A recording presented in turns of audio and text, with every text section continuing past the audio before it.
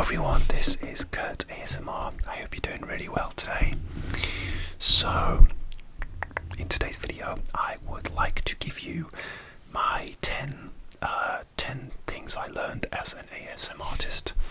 I love that film, 10 Things I Hate About You, but yeah, 10 things I learned as an ASMR artist. So this is just like my experiences and maybe you can take some advice from it. I'm a really small creator at the time of recording. I have like 1,700 subscribers. I'm very small, so you might ask, like, who am I to be giving anyone advice? And you'd be correct. But I wanted an idea for a video, and so if you think all this advice is nonsense, I hope you can at least get some tingles from the whisper ramble. Okay, alright, let's get started.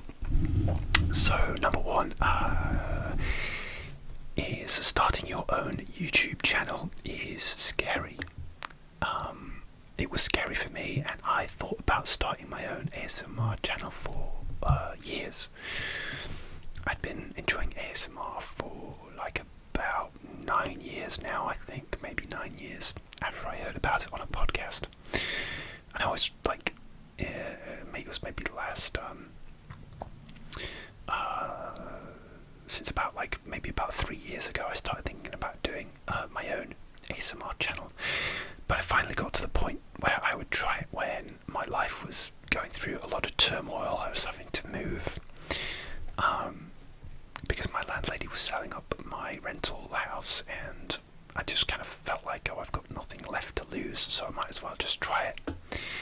And the first video I ever did was fragrance, going through my fragrance collection. It's still on there, you can check it out, and it went well. Yeah, and barely got any subscribers from it when I started, and actually because I wasn't sure about it, and also because it was a bit scary. I didn't know if I wanted to continue.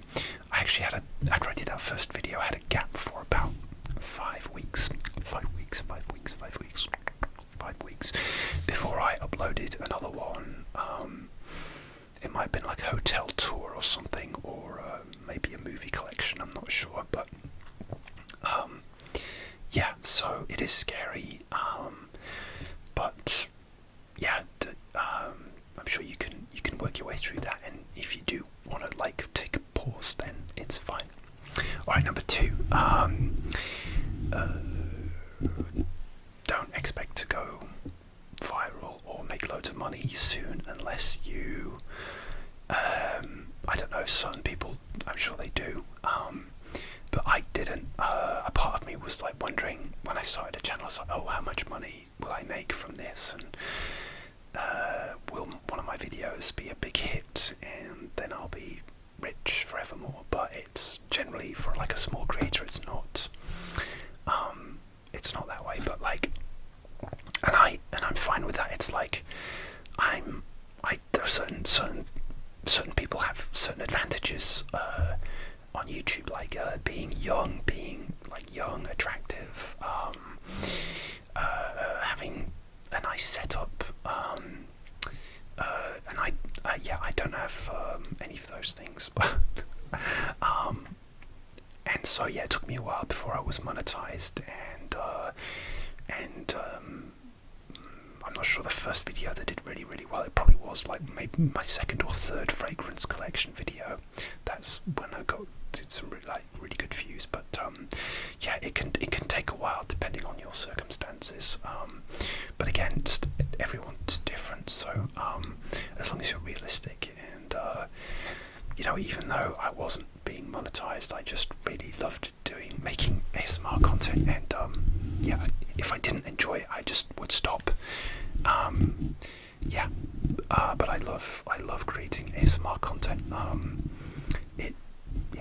It's amazing, and yeah.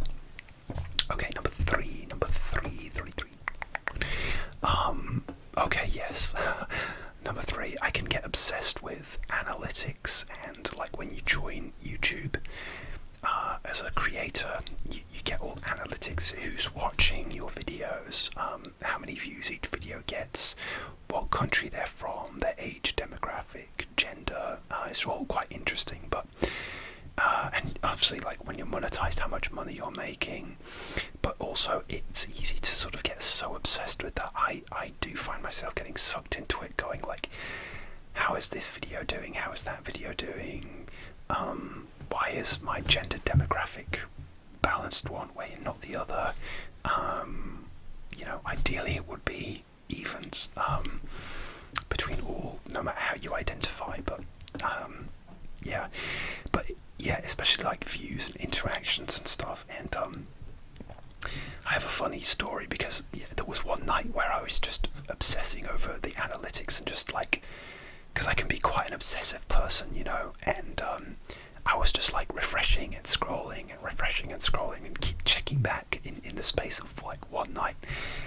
And finally I got an interaction, and it was a troll comment, and I feel like it was almost like the universe saying like, okay, you want an interaction, here's an interaction. And it wasn't a very nice one. So I think it's best to sort of not get too obsessed with analytics and stuff like that, although I do find it very interesting. I think you can get very obsessed with it, and it's a great feeling. Obviously, it's like a dopamine hit when a video does really well. It's a great feeling. And yeah, but I've got another thing about videos not doing very well coming up. But yeah, don't get too obsessed with your analytics, but yeah, maybe just check them every, I do maybe check them every other day, or every day, but you can get obsessed, so just be mindful of that.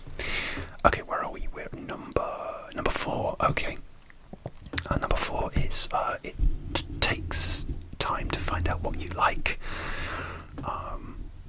in terms of like what kind of content you like to make, and also what kind of content does well, because there are so many things which I'm into all kinds of ASMR. There are certain types which I'm not into, like I'm not that into like eating and mukbang and that kind of thing. That's just not my cup of tea. But I'm into tapping, and I kind of like to try new things. So I've got a big variety of stuff, and maybe I should stick to just one type of thing that does well, but it's not sustainable really. Like fragrances, like it's an expensive thing, and I am interested in it, and I do collect them, but I have to draw the line somewhere. So there's not really a sustainable way to do things. But I do find I have certain videos that do really well, and when it's nice when you find something that you enjoy doing, that you also enjoy watching, and that everyone else likes as well. Like fabric scratching, I really love. Camera tapping, that does really well, and fragrance videos, I like watching those. I like watching just non-ASMR fragrance videos, but like fragrance reviews and stuff by non-ASMR fragrance reviewers. I love watching those. So yeah, it's great to sort of find that other people enjoy watching the kind of things that you like to make. But like my point is, it can take a while to sort of, if you're a person who likes variety, to find like your niche, and I'm still finding that. But over like the last 2.5 years since I've been doing an ASMR, I kind of find the things that I enjoy, and not done things which either I didn't really enjoy, or it felt a bit forced.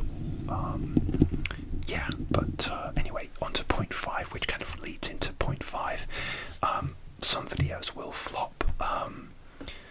They won't do as well, and it's really it can be a bit heartbreaking.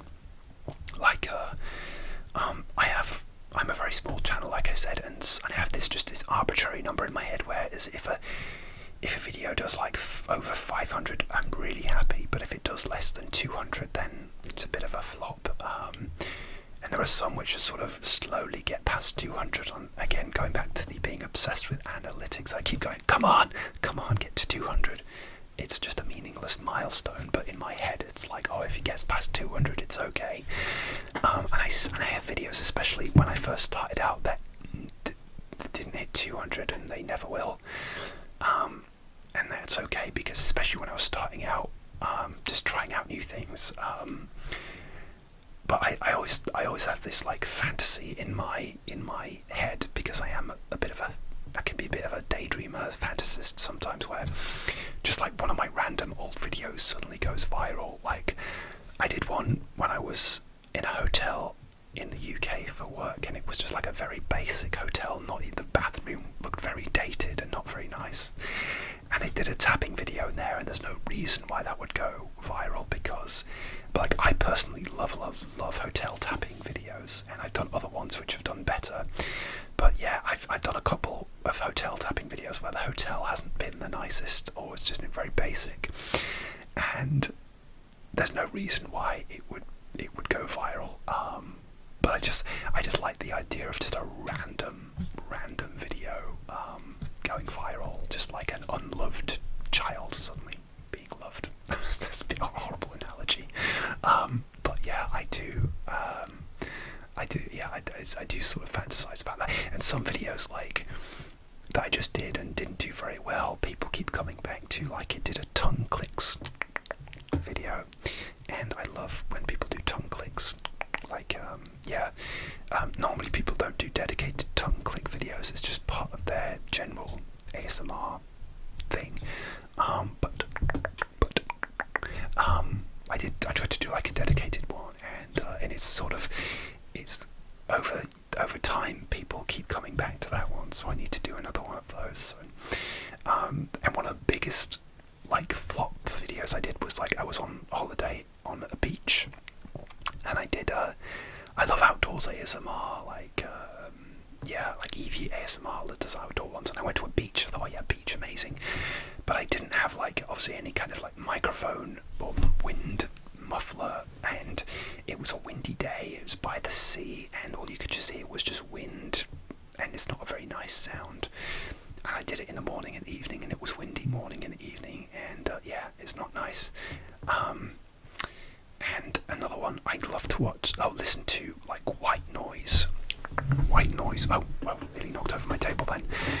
I like to listen to white noise type video ASMR, like plane flights or space flights and things like that. And I filmed one of my flights when I was going on holiday, and nobody watched it. I guess the YouTube algorithm didn't like it at all, whereas some of these channels that do like, you know, flights, white noise flight, white noise space flight, white noise car journey, white noise in a thunderstorm, they do really well. But YouTube, for some reason, they didn't like it. And maybe that means that people do like my face as opposed to just like the window of a plane. That's what I like to think anyway. That's what my ego would like to think, that you guys like at least half of my face anyway. So, but yeah, some videos will flop, and but it's interesting if you look at like ASMR, like massive ASMRtists, you'll see like even some of their numbers, like they might have like 100,000 on one video, and then it might be like, you know, 70,000 on another video. So, and it doesn't seem, when it gets into those numbers, it doesn't seem that significant, but it's quite a difference. So even the biggest ASMRtists have videos that do well and not so well. But when you're a small creator and you can see those numbers, they're more stark, you know, like, you know, 200 versus 1,000 views. It's a lot, and again, it's something you can get obsessed with, but you shouldn't really. But yeah, don't worry if some videos don't do as well. It's all good. And I've deleted things if they've not done well. You can delete them if you don't like them. It's your channel, so. All right. Next, inspiration. Sometimes it's hard to come by. Sometimes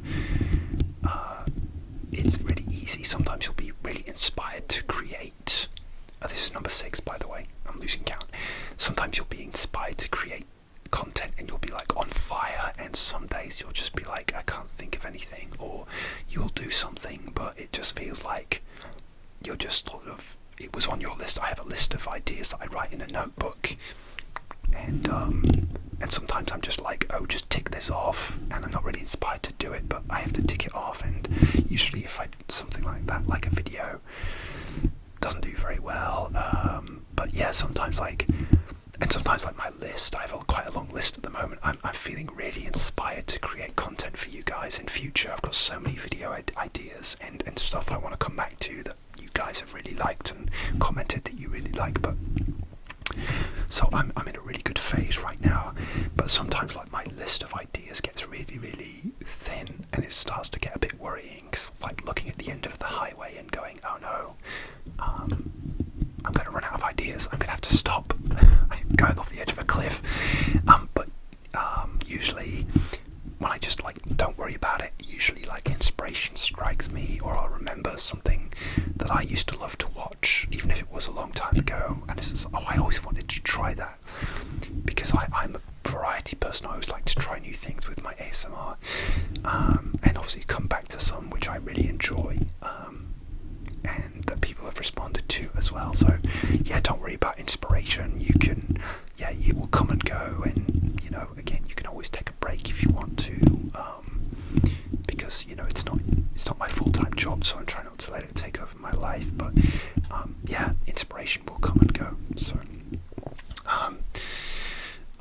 number 7, I found that posting time doesn't matter with my videos. It doesn't seem to make any difference. Sometimes when I post my videos, it takes a couple of days for people to watch them, maybe because of the times, or people are at work, or time differences between countries and things like that. But generally I think the posting time doesn't matter. Now, I am a person who likes routines. In case you haven't watched any of my videos before, I was recently diagnosed with autism, and I'm a person who finds like calmness in routine. So when I started my channel, I decided that I would do one video on Monday and one video on Thursday, just because other ASMRtists seem to do twice a week, and it was just a random number. And I usually do like, yeah, Monday and Thursday at 7:30 p.m. Just randomly, because it's my evening, and it's kind of like the time when I've finished work, I've finished my workout, and I can relax. So I feel like that's a good time for a new video to launch. But it's like recently it's been impossible for me to post regularly at my regular schedule, just because I'm an adult. I work, I'm busy, I have responsibilities, I have a lot going on, and it's really hard to stick to that schedule sometimes. But that schedule is more for me. It helps me stick to a routine and have something that I do regularly every week for my own well-being with my autism. But it doesn't really matter, and I found it also, it hasn't affected like the amount of subscribers that I get. I've taken a break for a couple of weeks when I've been busy, or for whatever reason, and yeah, my subscriber counts still go up, and people are still watching my previous videos. So yeah, it doesn't seem to make much difference. But yeah, it's interesting, because I guess somebody's awake in the world at some time, so, or trying to get to sleep, as is more the case with ASMR. So okay, number 8. Oh, we're on number 8. We're nearly done. Okay. Oh wow, this is an interesting one. You will get trolls. You will get trolls. Ooh, scary. No. Yeah, I got troll comments, and it's horrible. But I've noticed, like, even like people who are like ASMRtists are like, why would you troll somebody like that? Why would you say that to somebody? It's like, but they do exist, and there's like, I do remember like the first troll comment I got. Basically, I was doing like it was when I first started. It was one of my very early videos, and it was a fabric scratching video, because I love watching fabric scratching, and I said, oh, this was inspired because I love watching this particular ASMRtist, and they do fabric scratching really well, and so I'd be helping them out, because you're diverting people to their channel because they can go and check it out. But I got what was clearly a viewer of this ASMRtist channel coming to my channel and saying that I was like ripping them off. It's like, fabric scratching isn't copyrighted, and they were basically gatekeeping their relationship with, but they don't. But yeah, it was it. And the other funny thing was, like, because I try to be like understand where people are coming from. I actually genuinely try to answer their question, because they were being really sarcastic, and I was like, I was genuinely trying to address their points. I was like, oh no, oh no, I don't do this, but maybe next time I can do this for you if you'd prefer. And then it was only afterwards that I realised I was being trolled, which is quite an advantage of autism, because I'll actually not realise I'm being trolled, so they don't get to me until maybe afterwards. But and then I'll just delete the comment. And so yeah, it wasn't nice. But yeah, it's just like, it's pathetic, really. And it happens. It's the internet. But yeah, the best thing to do is do not engage with them. The thing they want more than anything is for you to respond. Like us all, we're human beings. We're desperate for connection. And you know, when you troll someone, you're expressing, I don't know, maybe an unhappiness in your life. I don't know why. I don't want to psychoanalyze, but just do not respond, because like, I've even had comments where people just didn't like the video, and it was like, oh, fair enough, you took too long to get to the tapping and scratching or whatever, but they seem so unhappy about it that they're not going to watch my channel again. So it's just like, I can't like go back and offer like a refund or something. So it's just like, well, if you're not going to come back, I might as well just delete your comment. It's not really constructive, you know. And there are people who are, you know, you can usually tell the difference between like constructive criticism, where it's just like, I prefer it if you did this more, that more, this less, that less, and that's great. And I love taking on board like constructive criticism, but yeah, you can tell when it's just trolls, and there's no victory in engaging with these people. And generally I get like, quite a lot of like gatekeepers, and just nasty people who are just bored, and I've got a feeling that a lot of people will. I've had like just a laughing emoji on a couple of my videos, and I think it's people that don't watch ASMR, don't understand what it is. I recently got one asking, why am I whispering, because I don't think they've never seen an ASMR video. I think it just, YouTube must have like suggested it to them. I don't know why, but you can sort of tell where people are coming from. But again, don't engage, because it's not going to help anyone. So yeah, that trolls, ignore, delete the comment, and because I just want it to be like a positive place, really. I want my channel to be like a place where people can feel safe. And I feel like also, if you engage with trolls, people will see that in the comments and say, oh, you're the type of person who engages with those trolls. Maybe I don't feel safe here, and I don't feel like I can comment in case somebody pounces on me or something. So you might get trolls. You probably will get trolls if you put yourself out there. Delete them and keep the community positive. Okay, number 9. The ASMR community, go positive. The ASMR community is amazing. So, in contrast to the last point, ASMR, the community is amazing, and not just the ASMR, like fellow ASMRtists, and I've like met loads through creating my own channel who I would never have discovered had I not created my own channel. But also just people who don't have ASMR, who aren't ASMRtists, who just like watching my channel.